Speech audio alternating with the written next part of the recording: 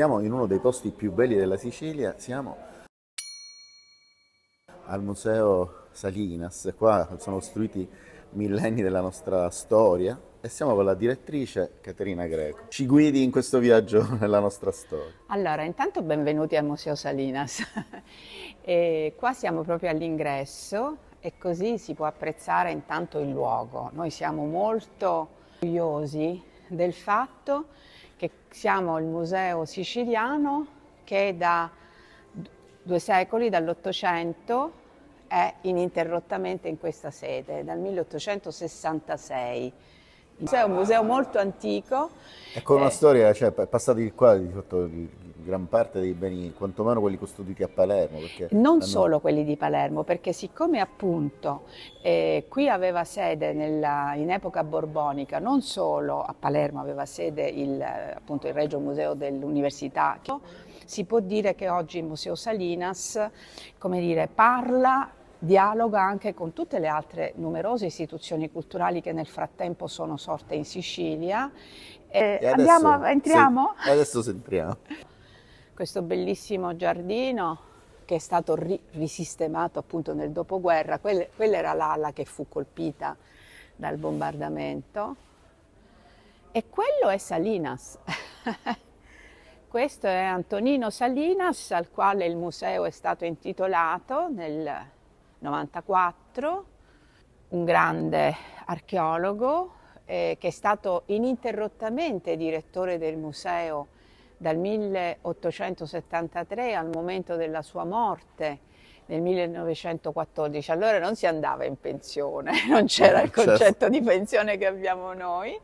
Ci guarda, ci sorveglia e ci giudica nella nostra attività di ogni giorno. Qua le cose da vedere sono tante. Questo torso meraviglioso viene dallo stagnone di Marsala, da Mozia. Da Mozia, ecco, quando le dicevo un po', tante località della Sicilia dialogano tra di loro e sono presenti al Salinas. La cosa interessante è che questo è un rinvenimento del 1930, sta al museo da sempre. Questo è un nuovo allestimento fatto poi in occasione della riapertura del piano terra che è avvenuta nel luglio del 2016, ma la cosa interessante è che gli scavi che conduce la Sapienza nell'isola di Mozia, con l'equipe in questo momento diretta dal professore Lorenzo Nigro, ha trovato un piede di questa statua, che appunto è conservata lì, perché questa statua riproduce un Balammon, cioè una importante divinità fenicia che nel Pantheon fenicio un po' equivale al nostro Zeus, diciamo, greco, e che era al centro della piscina rituale che è nota come Coton di Mozia. In realtà Lorenzo Nigro ha messo in luce intorno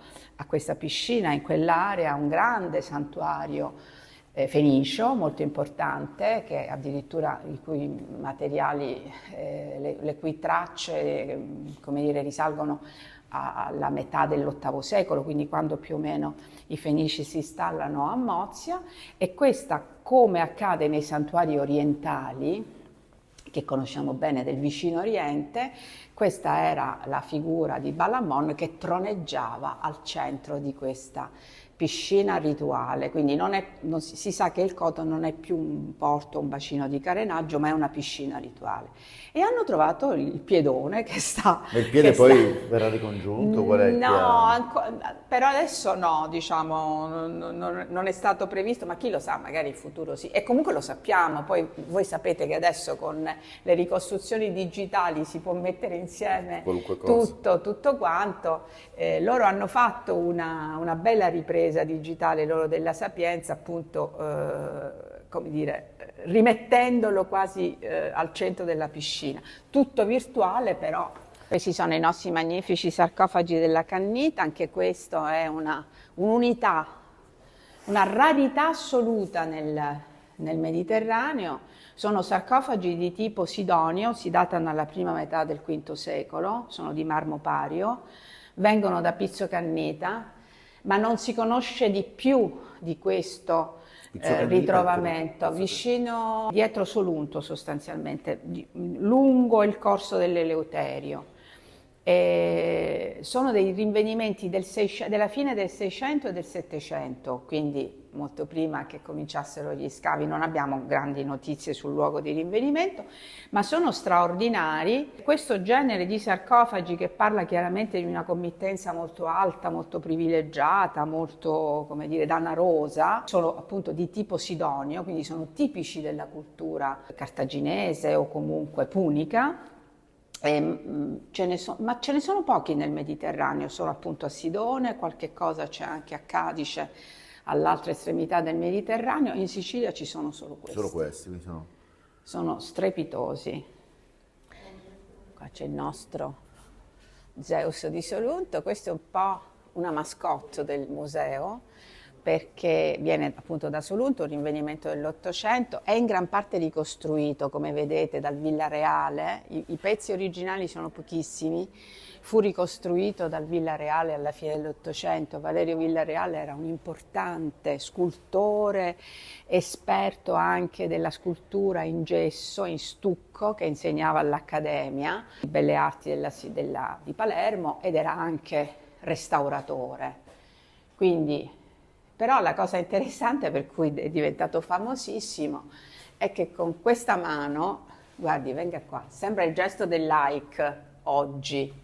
In realtà lui si appoggiava con una lancia e teneva qualcos'altro, un fulmine probabilmente, che era il simbolo appunto della figura, però è diventata in qualche modo, come dire, l'emblema di come l'antico e il moderno si possono congiungersi alla fine, perché è proprio il gesto del like che tutti siamo abituati ormai a Oggi non sarebbe frequentare. concepita una ricostruzione del genere. No, adesso non si potrebbe mai più fare, però è importante che sia stata fatta, perché ci dà un'idea appunto di quella che era la... Diciamo, corrisponde alle loro ricostruzioni virtuali. Sì, modo. oggi si farebbe virtualmente, adesso, ma questo è dall'Ottocento, che è così, Certo. perché è un vecchio rinvenimento, è inamovibile, non si può muovere, proprio perché non è possibile. Cioè è diventato anche la ricostruzione un reperto, se Sì, vogliamo. assolutamente. Infatti è stata restaurata e studiata di recente con le nuove tecniche, cioè è stata ripreso il restauro, sono state anche sistemate le colonnine in maniera più puntuale, ma appunto si è fatto il restauro del restauro ottocentesco, che è stato estremamente problematico, ovviamente. Io mi chiedo sempre,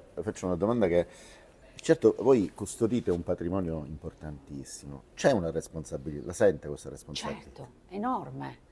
Sotto il profilo pratico anche, perché c'è un tema di sicurezza proprio sotto il profilo della tutela, che è importante, ma come, diciamo, responsabilità di rappresentare in qualche modo questa eredità anche dell'amministrazione. Abbiamo parlato di figure, tra i miei predecessori ci sono... Che hanno salvati dai bombardamenti, Sì, ma diciamo. sono figure che sono passate alla storia dell'archeologia per meriti scientifici e non solo, quindi anche questo aspetto.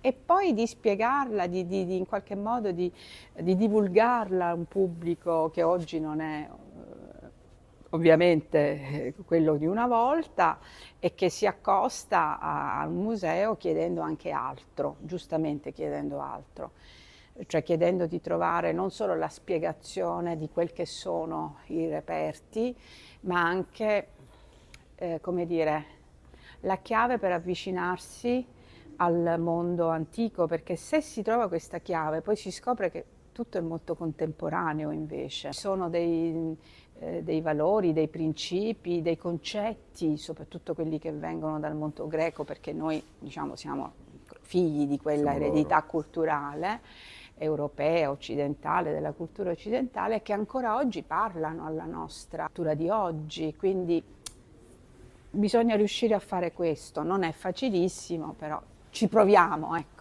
Qua è un'altra cosa importante che vi voglio fare vedere. Questa è tutta roba che viene da Tindari, quando vi dicevo che il nostro museo dialoga anche con tante località della Sicilia anche orientale, che oggi hanno l'autonomia. Oggi Tindari ha un parco, è la sede di un parco autonomo, ha una sua piccola sede, un antiquarium che ha una sua piccola sede. Questo è tutto il materiale degli scavi che a Tindari condusse Robert Fagan, un inglese che tra la fine del Settecento e l'Ottocento frequentò molto la Sicilia, anche scavando appunto a Tindari. Nella sua collezione, che fu sequestrata ai Borboni perché si riteneva che questi marmi, che poi si sono rivelati essere greci provenienti da Atene, in realtà venissero da Tindari, quindi fu sequestrata le autorità borboniche dell'epoca proprio perché si riteneva che tutti i marmi fossero di provenienza siciliana, e quindi ho utilizzato la parola sequestro perché nel 816 Fagano, oppresso dai debiti, si suicida.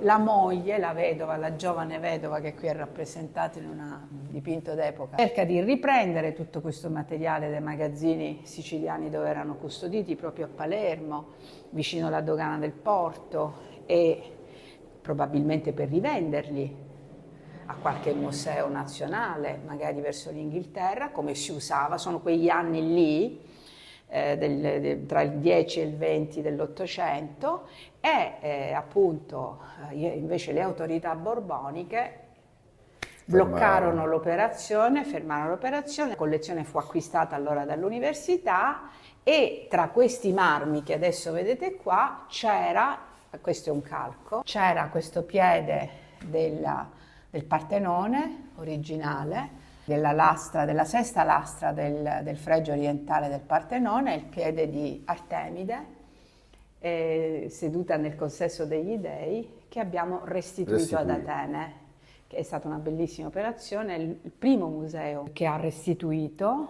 Infatti siamo stati anche invitati a parlare di questa esperienza all'UNESCO. L'avvio di una storia che adesso ci lega anche col Museo dell'Acropoli di Atene, perché noi abbiamo un accordo di valorizzazione grazie al quale abbiamo un altro reperto, ospitiamo fino al 25 un reperto loro, una tena che viene dall'Acropoli di Atene. Diciamo che se chiediamo prestiti il Museo di Atene no, non sì, dovrebbe negare. C'è questo rapporto di fratellanza che è veramente molto sentito, perché ribadisco, è stato il primo museo pubblico che ha restituito, insomma, è un'operazione importante sotto il profilo culturale, sotto il profilo anche, diciamo, della diplomazia dell'arte. Ma anche del buonsenso. E del buonsenso, sì, lì. Perché non aveva nessun senso averlo qua, mentre che stia ad Atene, vede questo, è stata ricostruita esattamente, è stata ricollocata il posto. È importante, perché il Partenone non è un museo, è un tempio come gli altri, il Partenone è il simbolo della Grecia, e per noi il simbolo della cultura greca, il nome della quale, diciamo, la libertà dei greci nell'Ottocento contro i turchi è stata portata avanti sul nome proprio delle loro antichità, quindi il rapporto tra custodia, identità culturale e libertà è a fondamento dello Stato moderno greco. E questo fa capire tante cose. Ma al di là di questo, il Partenone, questi rilievi del Partenone sono una preghiera in marmo. Cioè è la prima volta che in un fregio vengono rappresentati non solo gli dei, che sono questi, ma anche gli uomini. Perché come lei sa, nel fregio del Partenone c'è rappresentata tutta la festa delle Panatenee, cioè delle feste in onore di Atena, Partenos. E quindi sono rappresentati gli ateniesi che portano doni alla dea.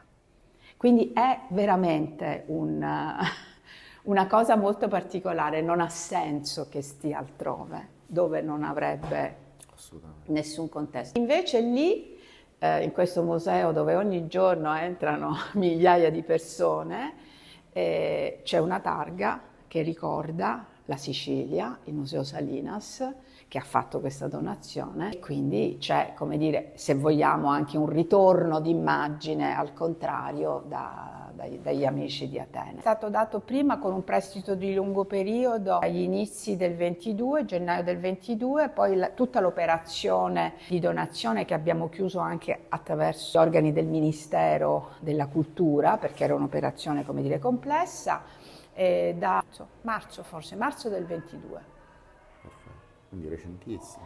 Sì, cioè è un'operazione anche virtuosa sotto il profilo, diciamo, della burocrazia, ecco.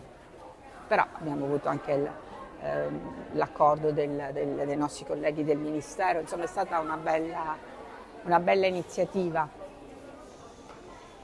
Questi sono reperti che vengono da Centuripe, per Intanto esempio. le scuole, Buongiorno. le scuole che fruiscono giustamente. Io sono rapidissima, così voi potete entrare. Questo è materiale che viene dalla necropoli di Tindari, da Falcone, che è un comune del Messinese nell'entroterra di Tindari. Questa è una pisside importantissima della ceramica policroma siceliota della fine del IV e del III secolo. Questi sono vasi da Centuripe, questi sono materiali da Centuripe, anche quelli. Quindi, come vede, un po' tutto arrivava qua nell'Ottocento, non soltanto roba della Sicilia occidentale. E qua ci sono dei reperti importantissimi. Buongiorno, buongiorno. Avete visto le tartarughe all'inizio? Sì. Bene, sono il nostro simbolo, la nostra mascotte. Buona visita, grazie.